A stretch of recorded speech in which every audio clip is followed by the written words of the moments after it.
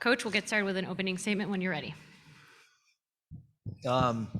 We are extremely excited to still be playing. The respect we have for Duke is immense. The way that they win year after year, what Coach K's done is incredible. But we're looking forward to the challenge of playing an incredible program and giving ourselves an opportunity to play to be in a Final Four. Questions for our student athletes? We'll go with Bob. Hey guys, this question's for our Ds. I think I looked this up right. Two of your top four scoring games career-wise are against Duke, 27 and 22. Well, what is it about you and Duke, and does that give you some added confidence going into this game? It's just another game, really. I was just used to playing them a lot in the ACC, so I mean, just got used to playing them, knowing their strengths and weaknesses. But it's just another game now. So. Questions? We'll go up here on the right. Todd Richardson, ESPN Arkansas. Stanley, in away and neutral venues, you've been pretty lethal from the three-point line this season. If Duke goes either man or zone, do you feel like this could be a game that you could take advantage of?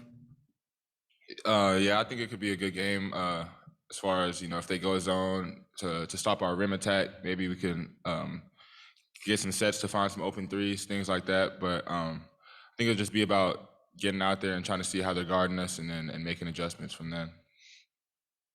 Matt on the right. Matt Norland of CBS Sports for Jalen.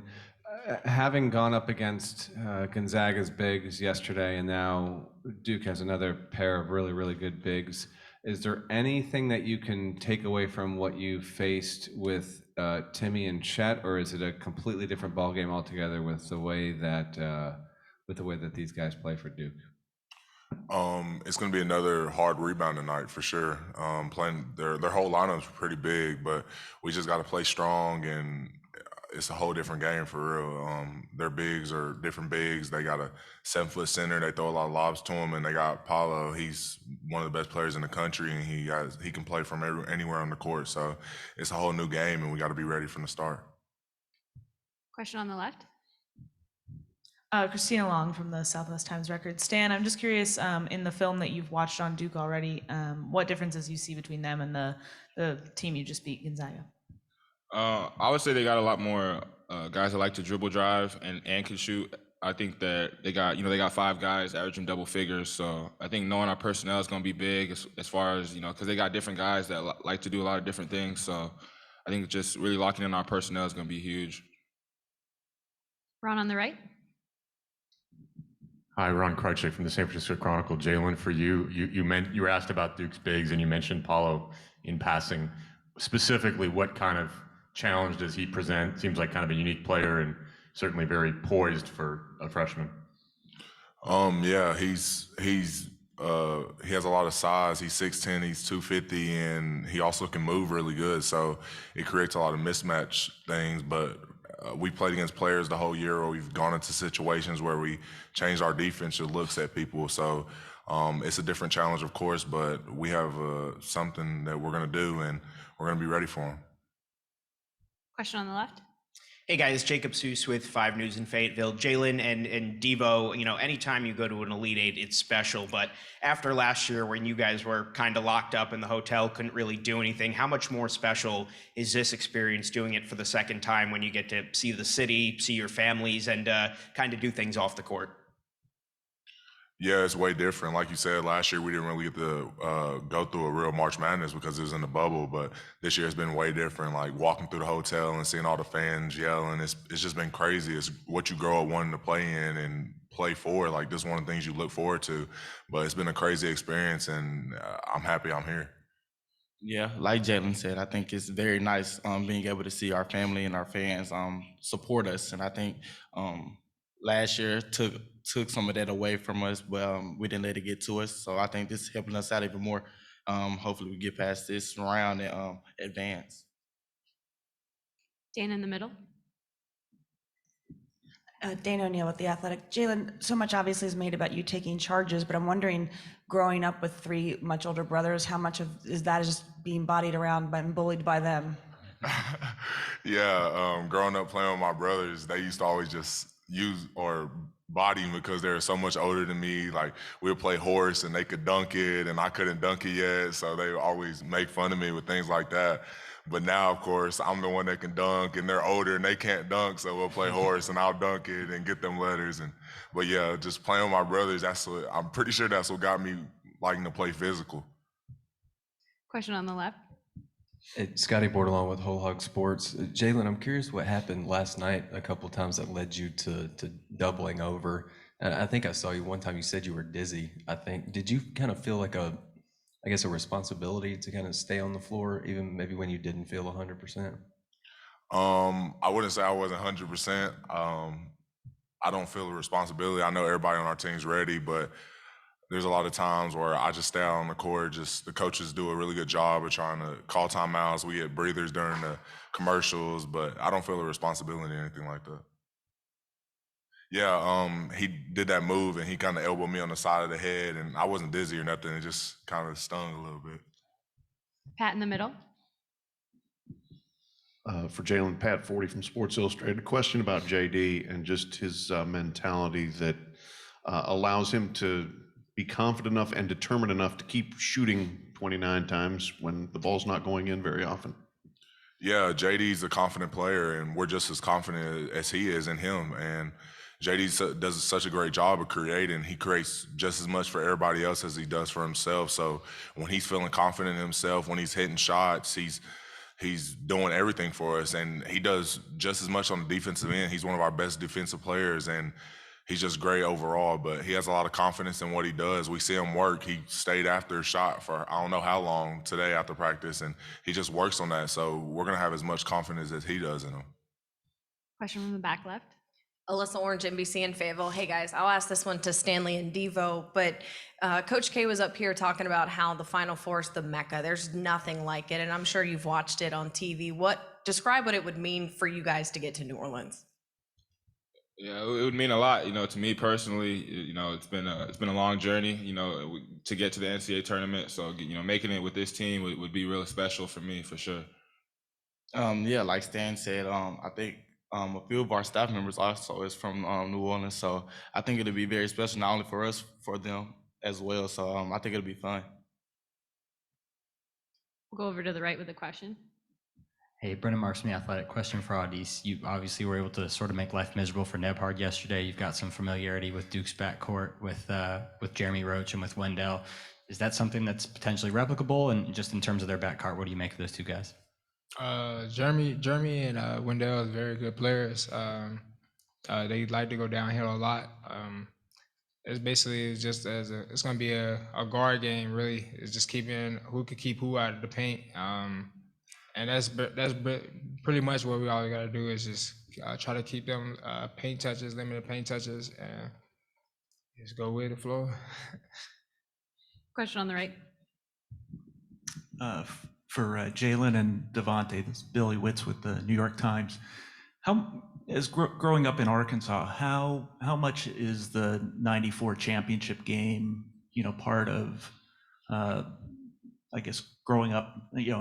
How educated are you on it, and how much was it part of growing up?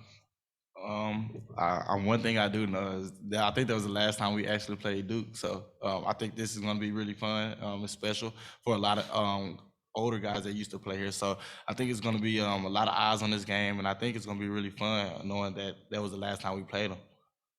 Yeah, I was nowhere near born then, but you hear growing up in Arkansas that everybody knows about that team, what they did for the state, and just being able to be or get close to the same position they're in is great, just being in the same position. Question from Bob. It's maybe for Jalen and Stanley if you other guys want to chime in, but everybody knows Coach K is retiring after the season, so all these games could be his last, but they keep advancing. So you guys could be the team that ends his career. Just wonder what your thoughts are on that. We haven't really been thinking too much into that. I think we're just focused on how we're gonna attack them offensively and how we're gonna guard them defensively. And obviously he's had a great career, Coach K, but right now we're just focused on how we're gonna try to beat them. Yeah, like what Stan said, he's one of the greatest coaches ever, but that's not on us. We're just gonna go out there, play the game, and it's just another game for us. Any other questions for our student athletes? Thanks, guys. We'll take questions for Coach now. Ron, we'll start with you. Ron Krejcik from the San Francisco Chronicle. Eric, how much have you interacted with Coach K over the years? And as sort of a corollary, you said earlier in the week how, coaching against Phil Jackson and I'm blanking on the other coach. Pat Riley. Pat Riley, thank you. That no one would intimidate you in college. And I'm not suggesting you'd be intimidated tomorrow, but what's it going to be like, given the circumstances and the stakes, to coach against him? Yeah, I would say that as far as relationship, I was, I joined him on his radio broadcast like a year ago. So I don't really have any personal connection other than the fact that one of my best friends, Tom Thibodeau, worked with him with Team USA, and Tom speaks so highly of Coach K. And then, just to piggyback on, what our players said, I mean, we're only concerned with, how do we play up to our potential, maybe play beyond our potential, bring our A game, and then try to focus on game schemes that can help us offensively and help us defensively.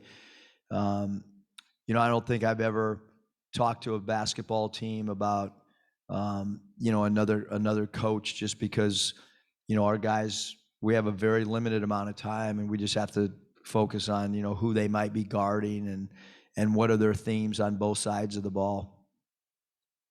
Matt? I've actually just got a quick lighthearted question before the real one. I got to know the story must, like, what makes you wake up and say, I got to go to Twitter headquarters this morning? It's a really good question, Matt. Rachel's here. So you'd have to, I just kind of do what I'm told on a daily basis. So Rachel's a social media expert. I didn't want to go into an extra film session, or the players. I didn't want to wake them up that early, Matt. I knew we were going to the Giants state, to go see the ballpark. And I had already finished my workout. And so Riley and Rachel asked if I wanted to go to Twitter. They thought it'd be a good. You just squeezed it in. Okay, cool. My question for you, more seriously, is you've defeated Vermont, New Mexico State, and Gonzaga. Duke has obviously not faced, K hasn't faced the program since '94 in the title game. What are the benefits to you and your staff over the fact that Krzyzewski just isn't familiar with your style, and has that actually benefited you at all in any of these previous 3 wins in the tournament to get you to the stage? Just the unfamiliarity of teams, not knowing your guys, not having schemed against them. Is there something about the way that you actually coach and prep that gives you an advantage versus other teams in those spots? I don't really think so, Matt. I think, like in this particular game, when we aren't playing, for instance, I'm watching, quite frankly, I'm watching SEC games. And if the SEC isn't on, then I'm watching the Pac-12 just because of where I grew up. Other than that, I don't really watch much ACC basketball at all. I don't really watch much Big 12. I'm either watching, like I said, SEC, Pac-12, or NBA games. And so, do I know more about Duke than their staff knows about us? Probably not. Yesterday was, that was the first time I've seen them play live. That's when we started film last night. That's the first time I've watched them on film ever. So I don't think so, but I do think maybe our style of play for Gonzaga is a little bit different based on their last 20 games in conference play. And I only say that because, and I said it last night, I played in that conference, and I have a lot of friends in that conference. I have a lot of players that we recruited when I was at Nevada that are currently in that conference. Yeah, we're a different team than what they've seen, other than in their game against Alabama and some of the non-conference games, maybe when they played Duke. So I think that maybe, and certainly anytime you play a mid-major, like in New Mexico State. I think that when you play a Power 5, it can just be a little bit different because of the size.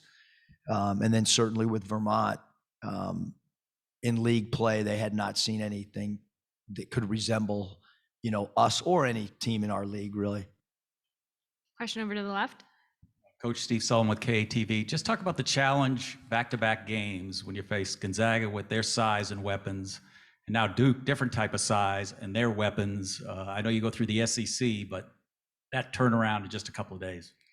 Yeah, our road, we knew when the brackets came out that our road was not going to be easy at all. It would be overly challenging. And, right now, it's not a lot of prep time. Last night when I got back and we had dinner, we talked about Duke. We went through some themes on both sides of the ball. We went through personnel. We did it again this morning. Obviously, we just had a light practice. We went through it. We'll do it before dinner tonight. We'll do it after dinner. And then tomorrow we'll probably have, 2 film sessions. And we are going to come and shoot. Our shoot around time tomorrow is at 8:55, which is early, extremely early. But I asked guys, I put it to vote. And they didn't flinch, man. They want to come shoot. They want to go through shoot around. Same drills. They want to be put into station work. I don't want to say I was, blown away, but I was, I've been around teams that would say they want to sleep in. We haven't missed a shoot around day at all this year. And might be the first time ever that we've had a shoot around on every single game day. Question on the right. Hey, Coach, Ty Richardson, ESPN Arkansas. You told us earlier this season one of the reasons you changed your lineup is because that's what you felt like your dad would do. And I know your dad's no longer with us, but what do you think your dad would be telling you heading this game tomorrow night? Same thing that I told the team a couple days ago, like fear no one, but have great respect. My dad was just, he was wired different as far as being a competitor. So I don't think I'm quite as competitive, but I'm close. But yeah, the change in the starting lineup was something that I thought he would do. The way that we go about our daily business, I always think about, how he would do stuff. Bob on the left. Eric, I had kind of a two-part. That Buckeye that your mom gave you, did you have it in your pocket, or what'd you do with it during the game? Yeah, I would love to tell you that I kept it in my back pocket. That's what I told her I was going to do, but it sat in the coach's locker room. Okay, well, so you gonna leave it in the coach's locker room or put it in your pocket tomorrow? What's the deal? I'm going to leave it back in the coach's. I'll bring it to the arena. Yeah. I think that brings good luck if I bring it in here and then just kind of leave it on the back table. And then Audis has had a lot of good games against Duke. He scored 27 and 22.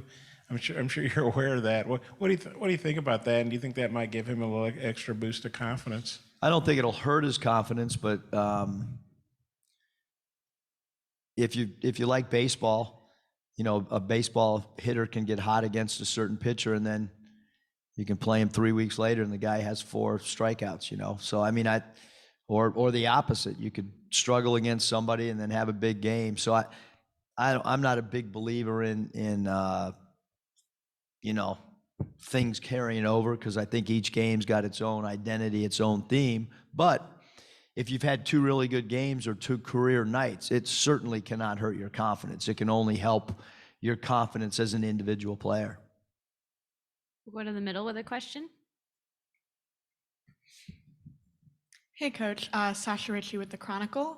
You guys are obviously a really experienced team, contrasted with Duke that starts a lot of freshmen and sophomores. How does that look to factor into tomorrow's matchup? Yeah, I don't think that that it factors too much into it, because last year in the NCAA tournament, we started 3 freshmen in Devontae Davis, Jalen Williams, and Moses Moody. Moses was our leading scorer as a freshman. I don't know how many shots he took against Baylor, 17 or something. So I mean, when you have freshmen that are that talented, they're wired different.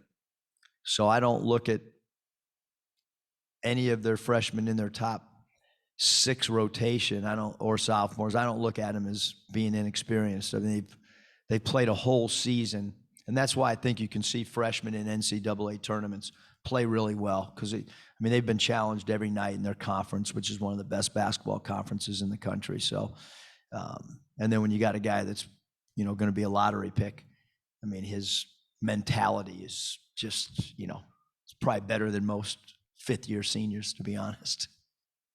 Billy on the right. Billy Witz with the New York Times. Eric, I'm not sure. Did you recruit Jalen, or was he sort of already in the fold? No, I recruited him. Okay. It took a long time, but yeah, I recruited him. What did you notice his ability to take charges, and if, because that's probably like a subtle thing that maybe if you only see him a handful of times, you don't necessarily pick up. So it sounds like you did. Can you just talk a little bit about what you saw in that? So really, really interesting that a player that I did not recruit, that Coach Anderson had recruited, was Isaiah Joe from the same high school as Jalen.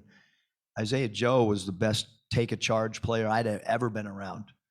And then when we were evaluating Jalen Williams, we were able to see not just the charge taking, but going vertical, using his chest, using his body to protect the rim, as well as being able to block shots. And I thought he was, from a high school perspective, the best off-ball big that I had seen that entire summer in the evaluation process. He's really improved other parts of his game, but that particular part of basketball defensive IQ, he was college ready already. And just to follow up on that, last night was kind of the flip side of that. I mean, it's a high risk, high reward kind of thing. He got helped get Holmgren in foul trouble, but then he picked up a couple late. Is that something that you've discussed with him, I guess, over the last couple of years, of just kind of like the nuances of that? Yeah, I mean, we talked to him about, going vertical at times as opposed to just standing in there and taking a charge. But having said that, I mean, I want to give guys freedom on what they feel comfortable doing. And he hasn't fouled out of many games at all. He really hasn't been in foul trouble, to consider who he has to guard in our league, and then like who he had to guard last night for Gonzaga. He's pretty good about not getting himself in foul trouble. So we'll kind of leave it, continue up to him. I mean, we do tell him which players are susceptible to charges, which guys to stand in front of because maybe they're a little bit more out of control, which players do not try to take a charge on this guy because you're not drawing a charge, because he knows how to jump stop, or he knows how to contort his body in such a way that the foul is going to be put on you. So we do have some do's and don'ts on who to and who not to. Question in the back left. Hey, Eric, Rocco Miller with bracketseer.org. First of all, I just want to say it's been awesome to have you and your program back in the Bay Area. It's been a ton of fun. So congratulations. And I'm just reflecting on the last couple off seasons, basically since you've been there, with roster construction, in terms of, I don't care if it's a JUCO kid, a high school kid, a transfer portal kid, we won't name names, but Arkansas is usually like in the top 5 on a ton of recruits.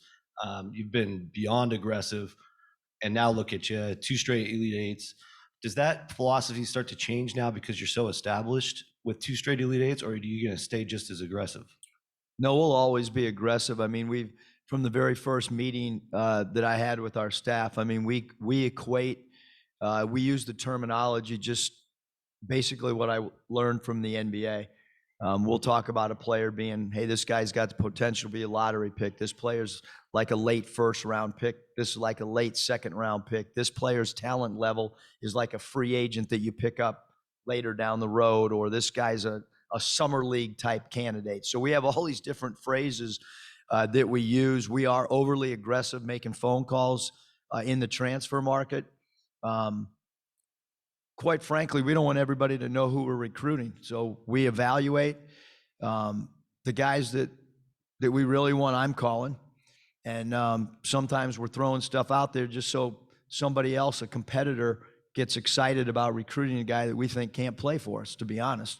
And I mean, if you look at the numbers and you know, we've called 42 transfer. We're not recruiting 42 because I'm the one, but we don't want everybody to know what our evaluation is. And if we're only talking to 4 players, then everybody would go after those guys because we've had really good success evaluating guys. We have not missed on many transfers, but we'll always be aggressive. That's how the world is right now in college basketball. It's in high school. You know, when I grew up, you went to one high school. You didn't like the playing time. You didn't like your role. Your dad took, your mom took, you're staying there and you're fighting through it. Well, now guys are going to 4 or 5 high schools. They're going to 3 different states. AAU, you didn't like your AAU program. You stuck with that AAU program because that was the neighborhood AAU program. Now guys are playing for 7 different AAU programs in 9 different states. And so that's the nature of the world. You either adjust. There's no reason to complain or, you know, I never talk to my guys about, hey, you stay at once, you adjust, you adapt. And if you don't, you're not winning. If you don't use you're not going to win, plain and simple. Now we have 5 incoming freshmen that I think are really, really talented. I think it's an incredible class, but we're still going to recruit transfers. And, you know, that's just kind of how you roll. Question on the right. Hey, Eric, Brendan Marks from The Athletic. Given the success that you guys had last night against Andrew, especially with Audis being able to sort of lock him down, he had, you know, one of his more turnover-prone games. Is that a replicable strategy against Duke, given the number of ball handlers they have, especially Paolo, who can sort of do that from a different position on the floor? Yeah, I don't think so. Again, just as Bob and I were talking, you know, every game's got a different theme. And from a coaching standpoint, number one, we had a lot of days to prepare. We don't have that. I can't put them through all these different stations and go through all the footwork that we think we're going to see and which way is Timmy going to spin and where you're going to dig on what dribble. I can't do all. We just don't have enough time, and we don't have enough energy based on, you know, we play tomorrow. And Roach is different. You know, he's different than. And I had played against Andrew. So I had game planned against him. I knew what worked, what didn't work. So I felt really comfortable about having a solid game plan because I had seen him with my own eyes live. It wasn't on tape. I'm not that familiar with who we're playing. You know, I mean, again, I didn't start the tape until last night after the game. Question from Bob. A couple, if that's okay. Eric, I noticed the first person you hugged in the stands was your mom. What did it mean to you to play such a great game? And that was the first time your mom had seen you coach Arkansas. And just what was that moment like for you? I mean, really, really special. You know, my mom is, she's seen more basketball than I have, you know. I mean, she went through it with my dad. It's been you know, not easy to, you know, to not have your mom come and visit, not just the basketball part, but it's hard travel. There's no direct flights from San Diego to, you know, to Fayetteville. And so it really did mean a ton. I mean, not just the game last night, but also, you know, she's, you know, with her granddaughter and gets to see Michael and Matthew and you know, yesterday they went to dinner without me, but they all went to dinner. And so I think there's a lot of special things, but I wanted her to know, like, I didn't want to, you know, go to one of my sons or my wife or my daughter. I wanted to go directly to her. Cause like the last 45 seconds, I kind of looked over there and like to see the emotion, of her excitement was pretty cool. I was focused on the game too, but I did glance over there a couple times. And did you say you went on Mike Krzyzewski's radio show, or what were the circumstances around that, and what was that like? I don't know, Bob, but just some producer called and asked if I'd go on with Coach K on his radio show, and I said, Coach K, yeah, please, I'd love to. That'd be awesome. And so we just chopped it up on the radio. What's that? He said it's not a podcast. It is a podcast? No, it's not a podcast. Yeah, I use the right terminology, right? Radio show. I'm not like these other guys that call it the wrong thing. Ron on the right. Eric, I was hoping to follow up on your earlier comment about your dad and how you're almost as competitive as he was. How similar are you in sort of demeanor and coaching style? And when you were growing up, was there ever any doubt that you would become a coach? So I think, first of all, he was my best friend. He was my idol. When I went away to college, I talked to him every single day. There wasn't a day that went by that I didn't pick up the phone and call. Similarities, probably really close, Ron. I did coach a game against him. He was coaching Rochester in the old CBA, and I was coaching Rapid City. And his team was up by about 15 at halftime. And well, let's put it this way. He could hear me through the walls of our locker room to his locker room. My team went out on the floor. There was a knock on the locker room door. It was my dad. Now, this halftime of a game, he's the opposing coach. And he goes, man, I've never heard you act like that before. And so I was like, it kind of caught me off guard. And he goes, then he walked down and he goes, it sounded like me. We ended up coming back and winning the game. But he wanted to trade one time. And he called and I said, hey, yeah, I'll trade. I think it was Clinton Wheeler. I said, I need a first, second, third round draft pick for him. I've never heard him talk to me like that. He's like, are you crazy? You know, like, the guy's only worth a second rounder and you're asking, it's your dad, man. Do me a favor. I'll give you a player down the road when you need one. I said, no, Dad, I need first, second, third round draft pick. But a lot of, just a lot of competitive stuff, playing pickup ball with him. Anybody that's ever played pickup ball with my dad, it was, you had to full court press. Nobody was allowed to get a layup. If the game was to 15, it took an hour to get from 14 to 15 if he was losing, because he would basically foul you every play. So a lot of competitive stuff in the household. Take another question on the right. Coach, you referenced the Baylor game earlier, and I just remember how emotional it was for Jalen, JD, and some of the other guys that were on this team last year walking off the floor. You even talked about how you watched that game several times over months later. Is that something that they've talked to this current team about, how they felt then, and just kind of where that season ended last year? Thanks for the motivation tip. We might use that. I hadn't thought of it, Ty, but they haven't. I mean, but it was like in the locker room. I vividly remember, holding Moses. He's the guy that was really crying and sobbing, and it hurt him tremendously. And then it was the same thing with Jalen Tate and Justin. Just because those two guys, we kind of knew that they were. I shouldn't say those two. Even Moses, we knew that those three were. That was probably the last time that they would put on a Razorback uniform. So I do remember those three guys in particular, but certainly Jalen and Devo. I know they were hurting as well. But maybe that's something good we talk about tomorrow at our last pregame meal before we go play that game, and that's the last time that we'll meet going into the game.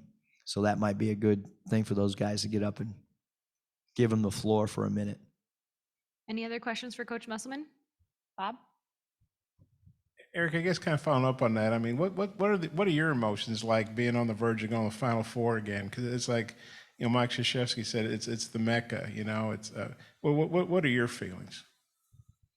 Kind of like every game, to be honest with you, Bob. I mean, I thought, last night until the Adis dunk, I just try to be composed. You're trying to get your team to focus on the task at hand. I didn't really feel last year that our team was that nervous going into the Baylor game or felt like any added pressure. I didn't think we played last night. Actually, I thought we played way more loose last night than we did in the first. I thought the first two games, that first game was miserable, because we're supposed to beat Vermont.